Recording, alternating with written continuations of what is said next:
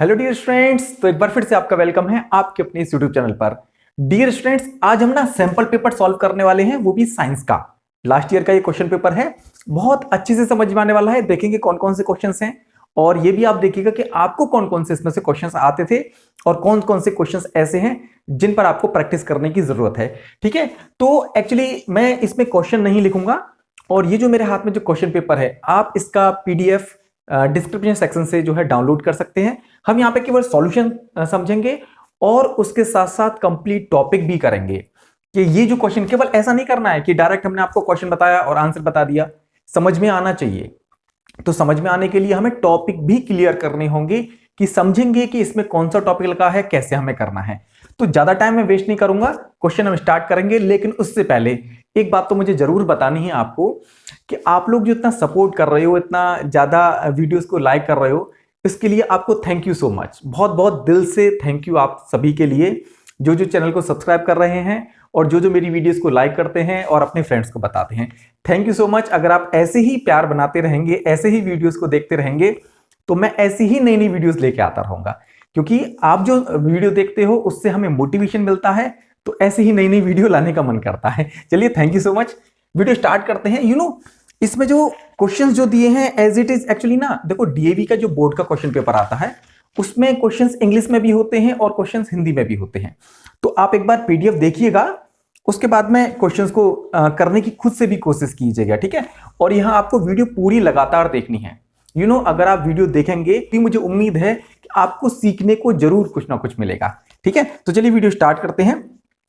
इसमें है first question, when two forces F1 and F2 act on a box as shown in figure। ये एक figure दिया है, ठीक है। there is no change in the state of motion of the box, state the name given to such pair of force। देखो, बहुत easy सा ये क्वेश्चन है। क्वेश्चन का मतलब मैं आपको समझा देता हूं। क्वेश्चन में ये कहा है कि ये जो बॉक्स आपको दिख रहा है ना, इसमें F1 और F2 टू फोर्स इसमें अप्लाई हो रहे हैं। अच्छा, एक बात बताओ, ये जो F2 लग रहा है वो लेफ्ट साइड में लग रहा है और F1 जो लग रहा है वो राइट साइड में लग रहा है। अब इसमें कहा है there is no change in a state of motion of box, यानी इसमें कोई चेंज नहीं होता। ऐसे फोर्स को हम क्या नाम दे सकते हैं? Balance force. आपको पता है ना। अच्छा, मैं आपको एक बात समझाता हूं जरा, ये बैलेंस फोर्स एक्चुअल में क्या होता है। सपोज करो ये मेरे हाथ में मार्कर है। अब मान लीजिए, सपोज करो मैं इधर से, अच्छा एक बार बताइए, फोर्स की एसआई यूनिट क्या होती है? न्यूटन। ध्यान रखना, अब ये टॉपिक है ना फोर्स का, अगर ये क्वेश्चन है तो हमें फोर्स के बारे में थोड़ा पता भी होना चाहिए। फोर्स, ठीक है, फोर्स की जो यूनिट होती है वो न्यूटन होती है। अच्छा, फोर्स की डेफिनेशन भी आपको पता होनी चाहिए। फोर्स की डेफिनेशन क्या होती है? पुश और pull on an object is called force. अगर हम किसी चीज को पुल करें या हम पुश करें तो इसको हम फोर्स कहते हैं। That can change state of an object, that can change motion of an object. मतलब मोशन भी चेंज कर सकता है, स्टेट भी चेंज कर सकता है, किसी की शेप भी चेंज कर सकता है। फोर्स कर सकता है, नहीं कर सकता है। फॉर एग्जाम्पल, जैसे सपोज करो बलून है, बलून को अगर हम पुश करें, ठीक है, अगर उसे हम दबाएं तो उसकी शेप चेंज हो जाएगी। तो ये फोर्स के कुछ इफेक्ट्स हैं। तो मैं आपको समझा रहा था कि ये बैलेंस फोर्स एक्चुअल में होता क्या है। सपोज करो कि मैं इधर से ना फोर्स लगाऊं, मान लीजिए 5 न्यूटन का, और इधर से भी 5 न्यूटन का फोर्स मैं लगा रहा हूं। अब इसकी पोजीशन में कोई चेंज नहीं होगी ना, क्योंकि अपोजिट डायरेक्शन में इक्वल अमाउंट ऑफ फोर्स लग रहा है। दैट्स व्हाई इस फोर्स को हम बैलेंस फोर्स कहेंगे। अच्छा, एक बात जरा सुनो कि अगर ऐसा हो कि मैं इधर से ज्यादा फोर्स लगाऊं, राइट साइड से, इधर से मैं ज्यादा फोर्स लगाऊं, इधर से मैं कम फोर्स लगाऊं, तो क्या होगा कि ऑब्जेक्ट मूव करने लगेगी। तो इस कंडीशन को हम अनबैलेंस फोर्स कहते हैं। बात समझ में आ रही है ना? देखो, आपको यह भी बताना है कि कौन कौन से टॉपिक समझ में आ रहे हैं। कमेंट आप करते हैं, बहुत अच्छा लगता है, ऐसे ही कमेंट करती रहेगा, ठीक है। तो इसका आंसर है बैलेंस फोर्स, ठीक है। एक और क्वेश्चन है इसमें, एक्चुअली इसमें ना आपके डीएवी के पेपर में आप जब देखोगे ना, तो कुछ क्वेश्चंस ऐसे भी होंगे जो कि अल्टरनेट क्वेश्चंस होंगे, लेकिन वो आपको नहीं करने हैं। एक्चुअली कुछ जो विजुअली चैलेंज स्टूडेंट होते हैं, जिनको शायद देखने में थोड़ी सी प्रॉब्लम होती है या वो नहीं देख पाते किसी फिगर को ठीक से, तो उनके लिए अल्टरनेट क्वेश्चंस आते हैं। वो जो नॉर्मल स्टूडेंट्स होते हैं उनको नहीं करने होते, वो स्पेशल स्टूडेंट होते हैं जिनको थोड़ा देखने में प्रॉब्लम होती है, उनको करने होते हैं वो क्वेश्चन। तो इस क्वेश्चन के लिए एक अल्टरनेट क्वेश्चन दिया हुआ है, वो आपके लिए नहीं है, ठीक है। अगर आप विजुअली चैलेंज पर्सन के स्टूडेंट की कैटेगरी में आते हैं तो आपके लिए है, अदरवाइज वो उन स्टूडेंट्स के लिए है जिनको देखने में दिक्कत होती है, ठीक है। तो उनके लिए एक अल्टरनेट क्वेश्चन भी दिया है, आप एक बार पीडीएफ में देखिएगा जरूर, ठीक है। इसमें कहा है State the name given to a pair of force acting on a body that can cause a change in its state of rest or motion. अब देखो कितना इजी सा क्वेश्चन है ये। अब क्वेश्चन में ये पूछा है कि ऐसे फोर्स का स्पेशल नाम बताओ जो रेस्ट और मोशन को चेंज कर सके। तो वो अनबैलेंस फोर्स होगा ना। बैलेंस फोर्स कभी भी किसी ऑब्जेक्ट को स्टेट की मतलब किसी ऑब्जेक्ट की स्टेट को चेंज नहीं कर सकता। अगर वो रेस्ट में है तो रेस्ट में ही रहेगी और मोशन में है तो वो मोशन में ही रहेगी। अच्छा एक बात जरा बताओ, जैसे सपोज करो कोई एक साइकिल चल रही है, ठीक है, थोड़ा समझना, ये जो मैंने बोला ना कि अगर मोशन में है तो मोशन में रहेगी, ऐसा क्यों? अगर कोई एक साइकिल चल रही है, ठीक है, और वो मोशन में है, तो एक आपका फ्रेंड पीछे से फोर्स लगा दे। मान लीजिए सपोज करो आप साइकिल चला रहे हैं, कोई पीछे से एक स्टूडेंट फोर्स लगा दे आगे उसे बढ़ाने के लिए, एक फ्रेंड आपका दूसरा उतना ही फोर्स आगे से लगा दे, तो जिस मोशन में साइकिल चल रही थी उसी मोशन में चलेगी। बात समझ में आ रही है ना? तो इसीलिए जो बैलेंस फोर्स होता है वो रेस्ट एंड मोशन की स्टेट को चेंज नहीं करता, अनबैलेंस फोर्स करता है। ठीक है, ये बात ध्यान रखना। और एक और बात ध्यान रखना, जैसे ये बॉक्स है, इसमें इधर से जो फोर्स लग रहा है उतना इधर से फोर्स लगेगा, मतलब दोनों तरफ से इक्वल अमाउंट ऑफ फोर्स लगेगा, तो इसमें जो नेट फोर्स होगा वो जीरो होगा। शायद इससे रिलेटेड क्वेश्चन आ जाए आपके बोर्ड में, दैट्स व्हाई मैं बता रहा हूं कि ये जो होगा नेट फोर्स इस कंडीशन में जीरो होगा। आप याद रखिएगा अच्छे से, ठीक है। तो ये एक पहला क्वेश्चन था, इससे रिलेटेड आपको समझ में आया होगा। इसमें आप सेकंड क्वेश्चन है, name any two disease caused in plants by micro organism. ये बायोलॉजी का क्वेश्चन है, बहुत इजी सा क्वेश्चन है, आप ये भी देखिएगा। ये टू मैंने डिसीज लिखी हैं, रस्ट ऑफ व्हीट एंड ये स्मिट ऑफ राइस। ये दोनों ही ना, ये जो मैंने लिखा है ये आपको आंसर में नहीं लिखना है, ये चीज मैंने इसीलिए लिखा है आपको समझाने के लिए कि ये फंगस होता है, मतलब फंगस की वजह से ये रस्ट ऑफ व्हीट होता है, और ये भी फंगस की कैटेगरी का माइक्रो ऑर्गेनिज्म, यानी फंगस से ये डिसीज होता है, फंगस से। ध्यान रखना अच्छे से, ठीक है। तो ये मैंने लिखा है, और ये पेज नंबर 27 से क्वेश्चन है, आप अपनी बुक में देखिएगा पेज नंबर 27, उसमें ये दोनों उसके अलावा 4 या 5 डिसीज लिखी हुई है, वहां से उनको आप याद करिएगा, ठीक है। हाँ ठीक है, ओके। अब थर्ड क्वेश्चन है, where are chromosomes present in a cell. ये तो आपको पता ही होगा, क्रोमोसोम जो है वो न्यूक्लियस में होता है, ठीक है। ये क्रोमोसोम कहां होता है? न्यूक्लियस में होता है, तो ये आप ध्यान रखिएगा, ठीक है। ये सेक्शन ए में ये 3 क्वेश्चंस हैं और ये 1 मार्क के क्वेश्चंस हैं, ठीक है। देखिए अब जो क्वेश्चन नंबर 4 है, यहां से हमारा सेक्शन बी स्टार्ट होता है इस पेपर का, ठीक।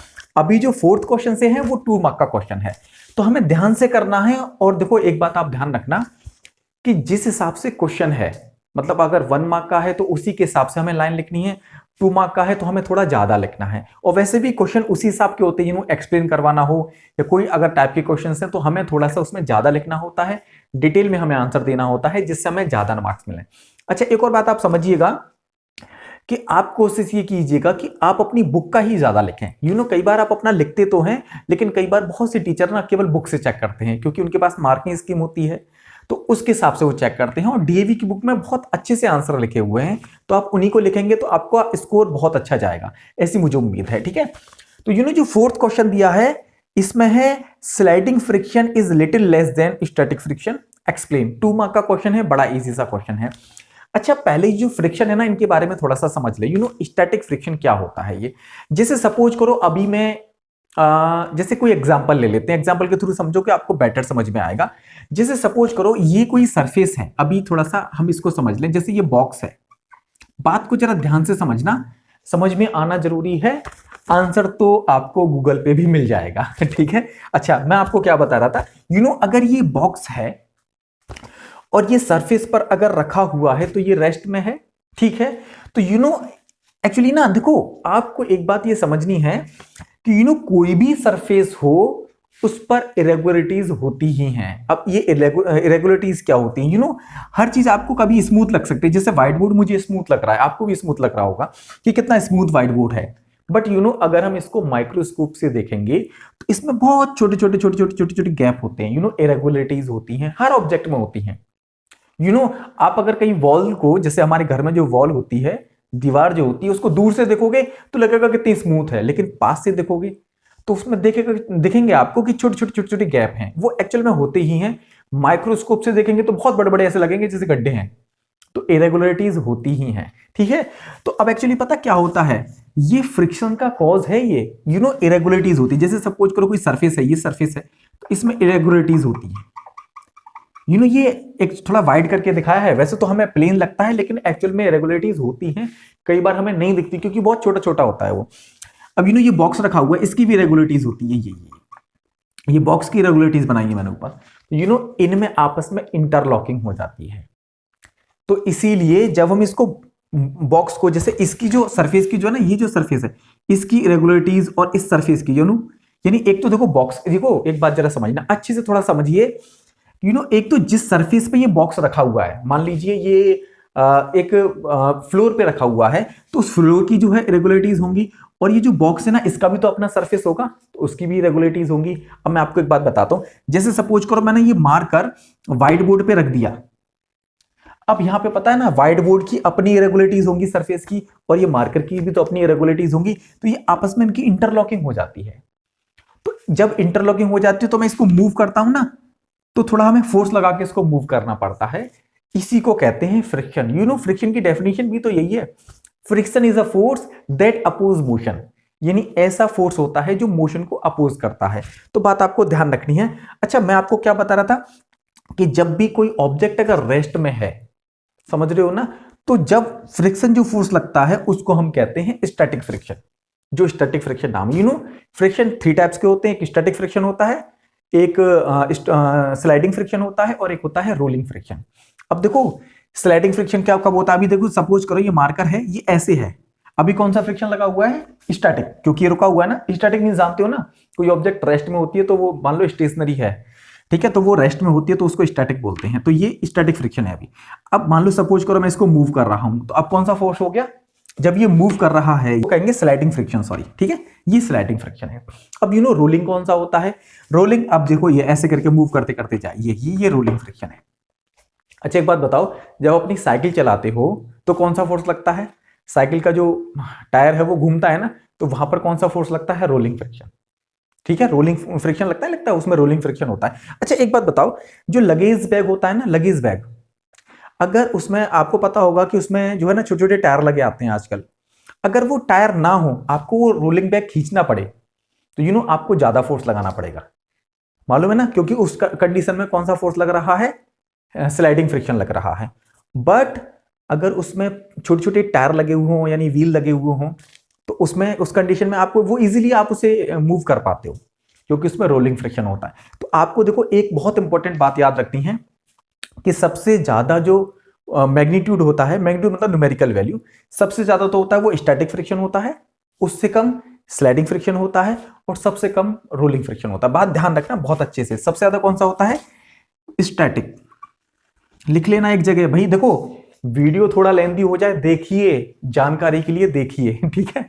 ये सबसे ज्यादा स्टैटिक होता है, फिर कौन सा होता है, स्लाइडिंग होता है, और उसके सॉरी एल है, ये एल स्लाइडिंग, ओके, और उससे कम होता है रोलिंग। बात आपको ध्यान रखना, समझ गए ना, ये स्टैटिक सबसे ज्यादा, फिर स्लाइडिंग, फिर रोलिंग। लेकिन अब इसमें क्वेश्चन पता क्या दिया है, उन्होंने कहा है sliding friction is little less than static friction, यानी स्लाइडिंग फ्रिक्शन कम होता है, हम समझ गए। अच्छा एक बात जरा सुनो, आपको एक मैं एग्जांपल बताता हूं, थोड़ा टॉपिक वाली बात है, समझ लीजिए, आपको बोर्ड में कहीं ना कहीं फायदा जरूर मिलेगा, ठीक है। तो मैं आपको क्या बता रहा था कि जैसे सपोज करो कोई एक बॉक्स है, हैवी बॉक्स है, आप उसको मूव करना चाहते हो, जैसे सपोज करो ये बॉक्स है और ये हैवी है, ठीक है, आप इसको मूव करना चाहते हो तो आप इसमें फोर्स लगाओगे, ठीक है। लेकिन एक बार अगर ये मूव कर गया, मूव अगर ये करने लगा, तो उसको मूव अगर वो हो रहा है, फिर आप फोर्स लगाओगे तो आपको कम फोर्स लगाना पड़ेगा, और ये कंटिन्यू मोशन में रहेगा। ऐसा आपने कभी नोटिस किया है? अगर किया है, आपका क्या ऑब्जर्वेशन है, आप ये कमेंट सेक्शन में बताएंगे जरूर, ठीक है। तो आपको ये ध्यान रखना है कि स्टैटिक फ्रिक्शन की वैल्यू सबसे ज्यादा होती है, उससे कम हमारा स्लाइडिंग फ्रिक्शन होता है, और सबसे कम हमारा रोलिंग फ्रिक्शन होता है। अब ऐसा क्यों, स्टैटिक फ्रिक्शन स्लाइडिंग फ्रिक्शन से ज्यादा क्यों होता है, इसका रीजन हमें क्वेश्चन में पूछा है, ठीक है। अब अगर वो पूछता, जैसे मान लीजिए एमसीक्यू अगर आपके एग्जाम में आए, तो आप लिख तो सकते हैं ना कि अगर मान लीजिए ऑप्शन आ गए जो है इसमें एक स्टैटिक फ्रिक्शन है, एक स्लाइडिंग फ्रिक्शन है, एक रोलिंग फ्रिक्शन है, और कह दिया ऑल आर सेम, 4 ऑप्शन हो गए, तो आपको पता तो होना चाहिए सबसे ज्यादा स्टैटिक फ्रिक्शन होता है, ठीक है। अब इसमें आपको पता क्या है, पहले समझा देता हूं, फिर हम सॉल्यूशन समझ लेंगे। यू नो स्टैटिक फ्रिक्शन में क्या होता है ना, ऑब्जेक्ट जो है ना स्टेशनरी रहती है। स्टेशनरी का मतलब समझते हो ना कि वो जिस मतलब वो रेस्ट में रहती है। तो ये इंटरलॉकिंग हो जाती है, ये इनके बीच में जो जो जिस पे रखा हुआ है उस सरफेस के बीच में, और ये जो बॉक्स का जो सरफेस है इनके बीच में इरेगुलरिटीज हो जाती है। मतलब क्या हो जाती है, इंटरलॉकिंग हो जाती है। मैं कह रहा हूं इरेगुलरिटीज हो जाती है, गलत बोल दिया मैंने, कोई बात नहीं। चलो क्या हो जाती है, इंटरलॉकिंग हो जाती है। अब क्या होता है कि अगर मान लीजिए ये मूव कर गया एक बार, तो इंटरलॉकिंग को इतना इनफ टाइम नहीं मिलता, क्योंकि वो स्लाइड होता रहता है एक दूसरे के ऊपर। यानी टाइम मिल जाएगा तो इंटरलॉकिंग स्ट्रांग हो जाएगी, लेकिन अगर मान लो मूव करता रहा तो उतना टाइम नहीं मिल पाता, क्योंकि कंटिन्यूअसली मोशन में होता है। तो इसीलिए इंटरलॉकिंग उतनी नहीं हो पाती, और जितनी कम इंटरलॉकिंग होगी उतना कम फ्रिक्शन लगेगा। अच्छा, एक और बात जरा समझिएगा, मुझे याद आ गई, मैं आपको बता देता हूं। फ्रिक्शन जो है ना कैसे बढ़ सकता है, कहां फ्रिक्शन कम होगा, कहां ज्यादा होगा। अच्छा, एक बात जरा बताओ, अगर आप सड़क पे चल रहे हैं, ठीक है, और उसमें बहुत सारे गड्ढे हैं, या मान लीजिए वो सड़क ऐसी वैसी है, मतलब वो अच्छी सड़क नहीं है, मतलब वहां पे कंकड़ पत्थर, छोटे छोटे पत्थर, स्टोन्स वगैरह पड़े हुए हैं, और आप उस पर साइकिल चलाना चाहते हो, तो आपको ज्यादा फोर्स लगाना पड़ेगा, आपको परेशानी होगी साइकिल चलाने में। क्यों? क्योंकि वहां पे फ्रिक्शन ज्यादा लगेगा, इरेगुलरिटीज उसमें ज्यादा है। और एक स्मूथ रोड है, स्मूथ मतलब एकदम क्लीन रोड है, एकदम साफ बढ़िया, मतलब स्मूथ रोड है, तो उसमें आप इजीली साइकिल चला पाओगे। तो जितनी ज्यादा इरेगुलरिटीज होंगी उतना ज्यादा फ्रिक्शन फोर्स लगता है। और इंटरलॉकिंग के लिए टाइम मिल गया तो इंटरलॉकिंग हो जाएगी, तो उसके लिए स्टैटिक फ्रिक्शन इसलिए ज्यादा हो जाता है क्योंकि उसमें इंटरलॉकिंग हो जाती है। तो यही आंसर हमने इंग्लिश में लिखा है, एक बार हम पढ़ते हैं, समझते हैं। क्या लिखा है, when two objects start sliding the contact points on its surface do not get enough time to get lock into the contact points on the other surface। ठीक है, मतलब ये रीजन है। देखो, ये जो मैं हिंदी में बोल रहा हूं ना, उसी को इंग्लिश में लिखा है। ठीक है, आप अपने हिसाब से भी लिख सकते हैं, जो आपको ठीक लगे आप वो लिख सकते हैं बना के। मतलब कई बार स्टूडेंट चाहते हैं कि हम बना के लिखें, हम बेटर लिख पाते हैं। बहुत अच्छी आप लोगों की सोच है, आप अपने आप से बना के लिखेंगे तब भी अच्छा होगा, लेकिन कोशिश ये आपकी रहनी चाहिए कि डीएवी की बुक से मिलते जुलता आप लिखें। अच्छे मार्क्स अगर चाहिए ना तो आप बुक का लिखा करो। कई बार ना बुक से अगर हम लिखते हैं तो इसका बेनिफिट भी है कि मार्क्स कम कटने के चांसेस रहते हैं, कम मतलब कटते नहीं है ज्यादा मार्क्स, क्योंकि बुक का कोई काट ही नहीं सकता। डीएवी की बुक का अगर लिखा हुआ हो तो कोई काट ही नहीं सकता, बिल्कुल सही लिखा होता है। कई बार हम अपने से बना के लिखते तो एक दो मिस्टेक हो ही जाती है, तो ये थोड़ा चांस कम होते हैं, बुक से हम लिखते हैं तो। ठीक है, तो ये है। ठीक है, टाइम का ही कंसेप्ट इसमें लिखा है कि अगर मान लीजिए स्लाइडिंग फ्रिक्शन में इतना इनफ टाइम नहीं मिलता इंटरलॉकिंग के लिए, स्टैटिक फ्रिक्शन में इंटरलॉकिंग हो जाती है, दैट्स व्हाई स्टैटिक फ्रिक्शन ज्यादा है स्लाइडिंग फ्रिक्शन से। ठीक है, ओके। एक और इसमें ना फोर्थ वाला जो क्वेश्चन है आप देख पा रहे होगे, उसमें एक और में भी हमें आंसर दिया, मतलब इसमें चॉइस दिया है फोर्थ वाले क्वेश्चन में, तो हमें उसमें से एक ही करना है। तो हम केवल एक ही नहीं करेंगे, हम दोनों समझेंगे, क्योंकि हमारा तो अभी रिवीजन हो रहा है ना, कोई हम एग्जाम थोड़ा ना दे रहे हैं। तो इसमें क्वेश्चन और में भी दिया हुआ है, मतलब आपका अल्टरनेट क्वेश्चन दिया हुआ है। फोर्थ वाले क्वेश्चन में 2 क्वेश्चन है, उसमें से आपको केवल एक ही करना है। इसमें लिखा हुआ है sports vehicle are design to have a special shape, state the general name given to such bodies. यानी स्पोर्ट्स व्हीकल, आपने देखा होंगे ना, जो स्पोर्ट्स कार होती है वो आगे से कितनी पतली होती हैं। बुलेट ट्रेन का कभी देखा है, बुलेट ट्रेन कितनी आगे से पतली होती है कि नहीं। अच्छा, एक बात जरा बताओ, ये जो अभी स्पोर्ट्स बाइक जो आ रही है ना, वो आगे से कितनी पतली होती है। देखा, मतलब आगे से आप कोई फिगर देखना स्पोर्ट्स कार की, स्पोर्ट्स कार हो, स्पोर्ट्स बाइक हो, वो आगे से पतली होती हैं। ठीक है, और पीछे इनका इस तरीके से शेप होती है, ये इस तरीके से शेप होती है, आप फिगर में देख पा रहे होगे। आगे से ऐसी शेप, इसको हम क्या बोलते हैं, स्ट्रीमलाइंड बॉडीज, स्ट्रीमलाइंड बॉडीज। एक बात जरा सुनो, जो चीज आगे से पतली हो, मतलब समझ जाना अच्छे से कि आगे से अगर पतली है तो फ्रिक्शन उसमें कम लगता है। आपने देखा मछली की शेप देखी ना आपने, मछली आगे से थोड़ा सा पतली होती है। तो जैसे सपोज करो, मुझे मेरी ड्राइंग थोड़ा अच्छी नहीं है, लेकिन चलो बनाने की कोशिश करता हूं। ये मान लीजिए ये मछली है,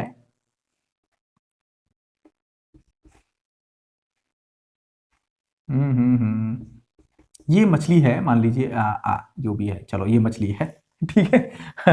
तो एक्चुअली ये जब मूव करती है ना तो ऐसी शेप होती है, देखते हो। तो जैसे फ्लूइड होता है, देखो फ्लूइड जो होता है वो इस तरीके से मूव करेगा इसके ऊपर, तो इजीली मूव कर जाता है। तो इसको जो बोलते हैं ना, ये स्ट्रीमलाइंड बॉडी होती है फिश की, ऑटोमेटिकली नेचर ने दी हुई है। ये स्ट्रीमलाइंड बॉडी होती है किसकी, फिश की। ऐसी ही देखो कार होती है, कार भी आपने देखोगी कार जो होती हैं वो भी आगे से इस तरीके से होती हैं। देखा होगा कार आपने, कार तो आगे से, क्योंकि इस पे अगर हवा भी आए तो वो इस तरीके से हवा मूव हो जाए, फ्रिक्शन कम लगे। अगर सपोज करो कभी आपने देखा है कि कार ऐसी होती हो, कार ऐसी, तो अगर हवा आएगी इधर से तो इसको हिट करेगी तो फ्रिक्शन ज्यादा लगेगा। इस कंडीशन में फ्रिक्शन क्या, हवा आएगी ऐसे करके आएगी लेकिन वो ऐसे करके ऊपर चली जाएगी। तो इसको ऐसी शेप जो होती है ना आगे से पतली शेप को हम स्ट्रीमलाइंड शेप कहते हैं, बात ध्यान रखना। और ऐसी बॉडीज को हम स्ट्रीमलाइंड बॉडीज कहते हैं, बात ध्यान रखना, ठीक है। तो इस केस में क्या होता है कि केवल फ्रिक्शन रिड्यूस करना होता है। एरोप्लेन भी आपने देखा होंगे, उसमें भी स्ट्रीमलाइंड उनकी बॉडीज होती है, तो ऐसी बॉडीज को हम स्ट्रीमलाइंड बॉडीज कहते हैं, ठीक है। अब एक्चुअली ना इसमें एक और बात कही गई है, how does this special shape help the sports vehicle, यानी स्पोर्ट्स व्हीकल होते हैं ना, स्पोर्ट्स वाले, वो बहुत तेज चलते हैं तो फ्रिक्शन की वहां पे जरूरत नहीं होती। हम भी भागते हैं ना तो एयर हमें भी तो रोकती है ना, तो उसको एयर का फ्रिक्शन फोर्स कहते हैं। तो उस कंडीशन में भी जब स्पोर्ट्स व्हीकल जो होते हैं वहां पर फ्रिक्शन की जरूरत कम से कम होती है, मतलब फ्रिक्शन होना ही नहीं चाहिए, एयर का फ्रिक्शन नहीं होना चाहिए। क्योंकि अगर एयर का फ्रिक्शन ज्यादा लगेगा यानी एयर उनको रोकेगी तो वो मतलब तेज नहीं चल पाएंगे। तो वहां पे फ्रिक्शन कम करने के लिए ऐसी बॉडीज बनाई जाती हैं, आगे से पतली होती हैं, ठीक है। तो अब इसका आंसर क्या है, a streamlined flow of fluid over the surface of a vehicle reduce friction and help it to acquire a faster speed. यानी सिंपल बात यह है भाई, to reduce friction, friction reduce करने के लिए स्ट्रीमलाइंड बॉडीज बनाई जाती हैं। एरोप्लेन की भी होती हैं, स्पोर्ट्स कार की भी होती हैं, बुलेट ट्रेन की भी स्ट्रीमलाइंड बॉडी होती है, जो हम कार हमारे यूज होती है उनकी भी ऐसी शेप होती है, सबकी ऐसी होती है। तो वहां पे अगर आप स्पोर्ट्स वाली जो स्पोर्ट्स व्हीकल है ना, तो यहाँ पे फ्लूइड ना लिख के आप एयर भी लिख सकते हैं, ठीक है, ये एयर है, ठीक है। आप स्क्रीनशॉट भी ले लीजिएगा एक बार तो सही भी रहेगा, ठीक है। तो वो वाली उनकी शेप होती है। आई होप आपको समझ में आया होगा। और देखो मैंने आपको बता रखा है, आप बहुत अच्छे कमेंट भी कर रहे हो और जितनी मेरी कोशिश रहती है मैं डाउट को सॉल्व भी करता हूं। तो किसी क्वेश्चन में जरा भी डाउट है सडन कमेंट कीजिएगा और मैं कोशिश करूंगा कि आपके डाउट को मैं जरूर क्लियर करूं, ठीक है। देखिए 5th क्वेश्चन में बड़ा इजी सा क्वेश्चन है। इसमें पूछा है write any 2 method to increase friction, यानी फ्रिक्शन हम कैसे बढ़ाएं। एक तो बड़ा इजी सा आपको पता होगा कि किसी भी सरफेस को रफ कर दो फ्रिक्शन इंक्रीज हो जाएगा। बोलो हाँ या ना, हो जाएगा नहीं हो जाएगा। अच्छा एक बात जरा बताओ, अभी मैं इसको ऐसे मूव कर रहा हूं तो कितना इजीली स्मूथली ना मूव हो रहा है। अगर सपोज करो मैंने एक कंपास ली, समझना थोड़ा बात को, और कंपास से इसको खूब ऐसे करके कर दिया, मतलब इसमें गड्ढे कर दिए खूब सारे इसमें गड्ढे कर दिए, गड्ढे खूब सारे, खराब तो हो जाएगा। लेकिन अगर फिर मैं इसको मूव करूंगा तो क्या इतना इजीली मूव कर पाएगा, ये नहीं कर पाएगा। इंटरलॉकिंग बढ़ जाएगी, जैसे से सरफेस रफ होगा वैसे वैसे फ्रिक्शन बढ़ जाएगा, ये बात ध्यान रखना अच्छे से, ठीक है। तो इसमें यही पूछा है 5th वाले क्वेश्चन में, write any 2 method to increase friction. तो हमने लिख दिया by making surface rough, surface को रफ कर देंगे तो बन जाएगा। एंड नेक्स्ट है by increasing the mass of the object that is moving, यानी मास बढ़ाकर भी। अब ये देखो ये भी कंसेप्ट जरा समझ लो, मास बढ़ा के, मास को इंक्रीज करके हम कैसे फ्रिक्शन को इंक्रीज कर सकते हैं। अभी मैं इसको आराम से मूव कर रहा हूं बहुत इजीली, देखो स्मूथ हो रहा है नहीं हो रहा है। अगर मैंने मास बढ़ा दिया, मतलब सपोज करो इसका मास का मतलब ये है कि ये भारी कर दी, तो भारी कर दी तो उस पर ज्यादा फोर्स लगाएगी, ऐसे करके रखी हुई है ये इस पे, मान लो ये हॉरिजॉन्टल है, व्हाइट बोर्ड का ध्यान रखना, हैवी है ये, तो अगर इसका मास है तो ज्यादा फोर्स लगाएगी तो इंटरलॉकिंग बढ़ जाएगी। अच्छा ऐसे समझ में नहीं आया, एक और थोड़ा आइडिया अपनाते हैं समझाने के लिए। अच्छा एक बात जरा सुनो, सपोज करो ये हल्का मार्कर है, ठीक है। अब मैं इसको ऐसे करके मूव कर रहा हूं तो इजीली मूव हो रहा है। अगर इसका मास ज्यादा हो जाए, ये भारी हो, तो भारी है तो ज्यादा तेज पुश करेगा ना, जितना भारी होगा मास इसका जितना ज्यादा होगा उतना ज्यादा इंटरलॉकिंग बढ़ेगी नहीं बढ़ेगी, क्यों, क्योंकि मास बढ़ेगा तो ये फोर्स ज्यादा लगाएगा, और फोर्स ज्यादा लगाएगा तो उतनी स्ट्रॉन्ग इंटरलॉकिंग होगी तो ये मूव नहीं कर पाएगा। अच्छा एक बात जरा सुनो, एक और आप एग्जांपल समझ सकते हो। जैसे कोई एक, देखो 2 बॉक्स हैं, मेरी बात को जरा समझना, बहुत अच्छे से समझना। ये 2 बॉक्स हैं, एक है वुड का, ये सेम बनाए हैं, वो बाय मिस्टेक दोनों एक छोटा एक बड़ा बन गया है। ये वुड का है और ये आयरन का है, इसका मास ज्यादा है इसका कम है।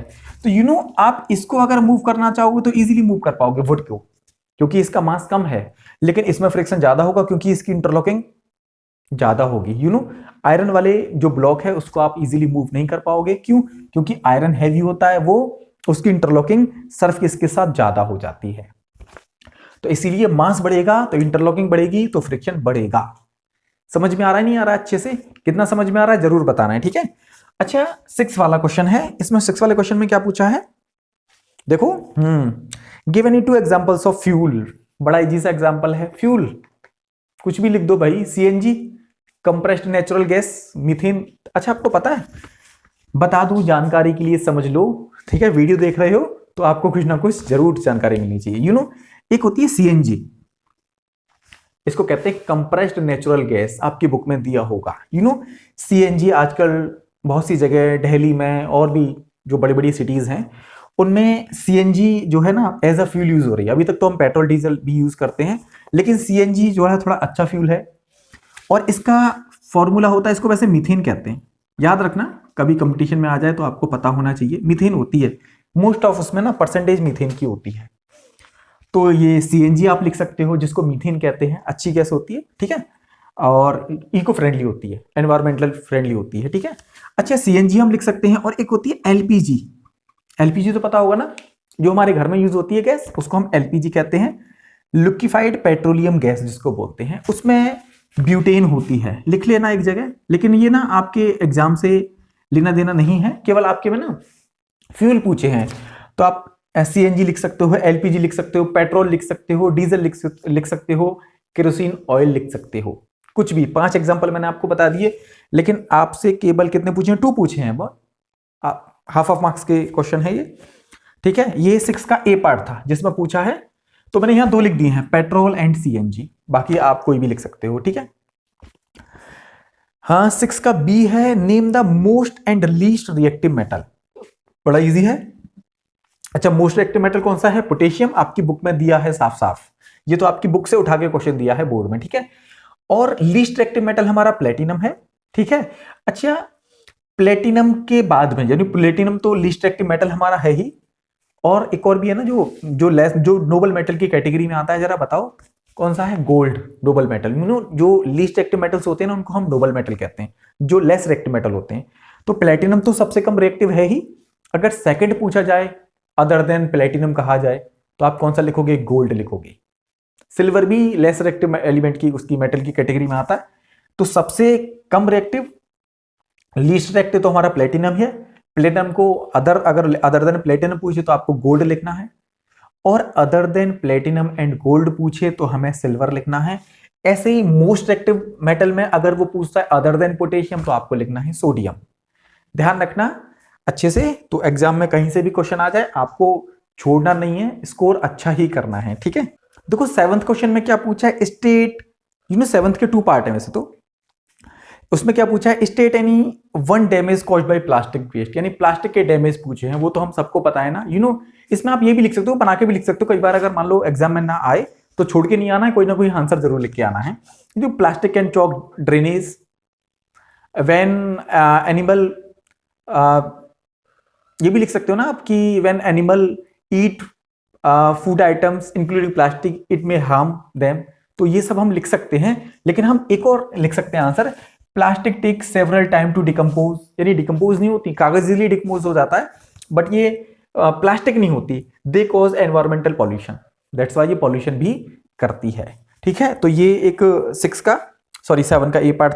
तो यू नो ये जो क्वेश्चन है इसमें कहा है melamine is used for making fire resistance fabric. You know melamine actual में ना थर्मोसेटिंग प्लास्टिक होती है। थर्मोसेटिंग प्लास्टिक क्या होती है ये भी थोड़ा समझ लो। थर्मोसेटिंग प्लास्टिक वो होती है जिसको हम एक बार मोल्ड अगर कर दें तो अगेन एंड अगेन वो मोल्ड नहीं हो सकती, रिमोल्ड उसको हम नहीं कर सकते, थर्मोप्लास्टिक को कर सकते हैं, ठीक है। ये जो मार्कर बना हुआ ना ये थर्मोप्लास्टिक का है, थर्मोसेटिंग प्लास्टिक का नहीं है। अगर इसे हीट करें तो पिघल जाएगा, लेकिन थर्मोसेटिंग प्लास्टिक के जो बनते हैं ना तो वो इजीली मेल्ट भी नहीं होते हैं। तो यू नो मेलामाइन जो होता है ना वो हीट को टोलरेट कर सकता है, that's why fire resistance fabric बनाने के वो काम आता है। तो लिखा है it can tolerate heat better than other plastics, तो वो हीट को टोलरेट कर सकता है, इसीलिए वो बनाया जाता है, फायर रेजिस्टेंस फैब्रिक बनाने के काम आता है, ठीक है। तो ये 7th के 2 क्वेश्चन से। अब 8th में ना आपको चॉइस मिली है, लक अच्छा है, चॉइस मिली है। इस बार लक अच्छा रहेगा नहीं रहेगा? बिल्कुल रहेगा, चॉइस इस बार भी आएंगी, टेंशन वाली कोई बात नहीं है। तो यू नो दोनों क्वेश्चन हम करेंगे, इसमें चॉइस मिली है कोई बात नहीं, लेकिन हमें चॉइस से क्या लेना देना, हमारा तो रिवीजन अच्छा होना चाहिए, ठीक है। इसमें है state any 2 advantages of synthetic fibre. कितना इजी सा क्वेश्चन है, सिंथेटिक फाइबर समझ रहे हो ना, जिसपे हमें आयरन नहीं करनी पड़ती। सिंथेटिक फाइबर जानते हो ना, वो लॉन्ग लास्टिक, वो नए जैसे लगते हैं सिंथेटिक फाइबर। ठीक है, तो बहुत सारे उनके एडवांटेज भी हैं, डिसएडवांटेज भी हैं, लेकिन एडवांटेज पूछे हैं, डिसएडवांटेज भी पूछ सकता है कि नहीं। वो अगर डिसएडवांटेज की चलो बात कर लें, अगर दिया है तो डिसएडवांटेज क्या होते हैं, वो इजीली फायर को कैच कर सकते हैं, सिंथेटिक फाइबर कर सकते हैं इजीली। ठीक है, वो एक्चुअली इको फ्रेंडली भी नहीं होते हैं सिंथेटिक फाइबर, लेकिन एडवांटेज पूछे हैं तो वो लॉन्ग लास्टिक चलते हैं, तो वो मजबूत ज्यादा होता है सिंथेटिक फाइबर, और प्रेस की भी जरूरत नहीं पड़ती। करते हो ना आयरन जो करते हो, वो चीज जरूरत नहीं पड़ती। तो कुछ मैंने लिख दिए हैं, दे हैव लॉन्ग लास्टिक लश्यर, लश्यर में साइन, बहुत देर तक, मतलब कई दिनों तक चलती है उनकी, कई दिनों तक क्या, सालों तक चलती है। ठीक है, they are easy to clean, easily उसे क्लीन कर सकते हैं। ठीक है, और वो इजीली, मतलब कहने का मतलब ये ना कि वो सिकुड़ते भी नहीं है, मतलब कहने का मतलब समझ रहे हो ना, कि वो इजीली, वो रिंकल भी नहीं उन पे आते, समझ रहे हो ना। तो वो इजीली, उनको आयरन भी करने की जरूरत नहीं पड़ती, उनको भी हम ऐसे ही पहन सकते हैं। ठीक है, और एक और चीज जरा समझ लो, ये भी मुझे ध्यान आ गई, they are easy to dry, वो इजीली ड्राई भी हो जाते हैं। तो बहुत इजी इनके टॉपिक्स हैं, तो ये आपको कर लीजिएगा। इसका जो हमें बी पार्ट, जो मतलब बी पार्ट नहीं, मतलब ये अल्टरनेट जो क्वेश्चन दिया है, ये भी जरा समझ लो। इसमें क्या दिया है, डिफाइन द फॉलोइंग टर्म्स है पॉलीमराइजेशन। अच्छा, पॉलीमर्स जानते हो ना, वो छोटे छोटे, एक्चुअली ना देखो, आपको पहले मोनोमर समझना है। मोनोमर क्या होता है, जो फाइबर के छोटे छोटे मॉलिक्यूल्स होते हैं ना, वो मोनोमर बनाते हैं, और बहुत सारे मोनोमर्स जब आपस में जुड़ते हैं तो वो पॉलीमर बनाते हैं। ठीक है, तो इसी प्रोसेस को पॉलीमराइजेशन कहते हैं। हिंदी में तो ये समझ में आ गया, इंग्लिश में भी समझ लो, the process by which a polymer is made by joining a large number of small molecules is called polymerisation. यानी जब बहुत सारे मॉलिक्यूल्स जुड़कर, देखो लार्ज नंबर ऑफ मॉलिक्यूल जुड़कर एक पॉलीमर बनाते हैं, तो इस प्रोसेस को हम पॉलीमराइजेशन कहते हैं। ठीक है, अगला है थर्मोप्लास्टिक।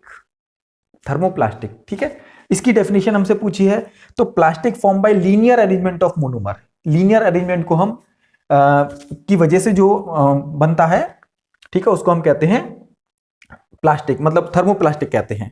अच्छा, एक और होती है, एक तो थर्मोप्लास्टिक होती है। थर्मोप्लास्टिक कैसे, लीनियर अरेंजमेंट से जो बनती है प्लास्टिक, यानी मोनोमर रहेगा ना, लीनियर जुड़े। अच्छा, लीनियर का मतलब समझ लो, चलो एक बार, जैसे सपोज करो ये है, इससे ये जुड़ गया, इससे ये जुड़ गया, इससे जुड़ गया, यानी ये इसको लीनियर अरेंजमेंट कहते हैं। ये लीनियर अरेंजमेंट है, मतलब कहने का मतलब रैंडमली ऐसे जुड़ गया, कोई बात नहीं।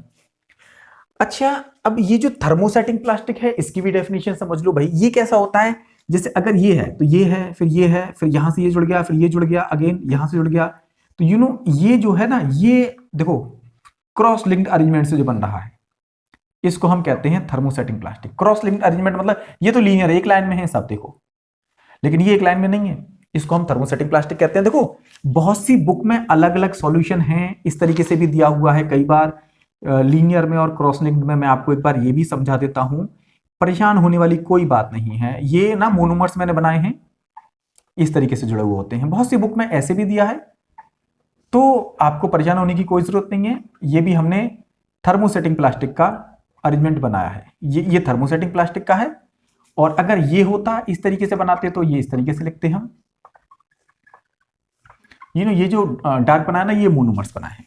तो ये अरेंजमेंट जो है, इसको हम थर्मोसेटिंग प्लास्टिक वाला अरेंजमेंट करते हैं। इसमें क्रॉस लिंक्ड अरेंजमेंट होता है और इसमें लीनियर अरेंजमेंट होता है, जिसको हम थर्मोप्लास्टिक कहते हैं। ठीक है, आई होप आपको समझ में आया होगा।